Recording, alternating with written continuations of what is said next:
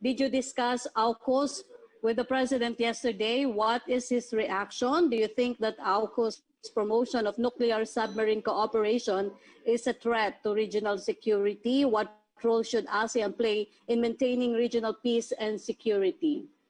He said that this will be discussed in the full cabinet meeting, although he expressed concern about a regional nuclear arms race.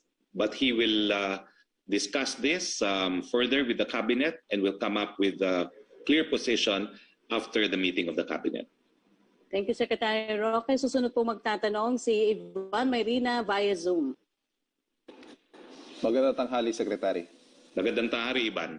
Binanggit ng Pangulo kagabi sa kanyang Talk to the People yung tungkol sa pag-expire ng mga face shield. In fact, went to the extent of suggesting ways para gawa ng paraan pag nasira yung foam, etc. Pero ang hindi po binanggit ng Pangulo ay tungkol sa punto ng tampering ng production date ng mga ito.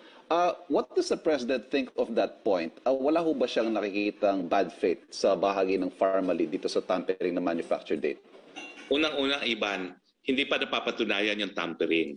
Kinakailangan muna masubstantiate yung allegation, no? So wag muna tayong mag-conclude na karoon ng tampering. Pero ang importante, yung issue na nadanyos ba ang gobyerno? Kasi ang sabi ng Presidente, hindi gaya ng gamot, ang mga plastic face shield naman ay hindi na-expire. So yun po yung konteksto ng sinabi ni Presidente. Wala pong danyos ang gobyerno at ulitin ko po, yung face shield neto ay kabahagi ng 9-piece PPE set na nabili natin for 1,716.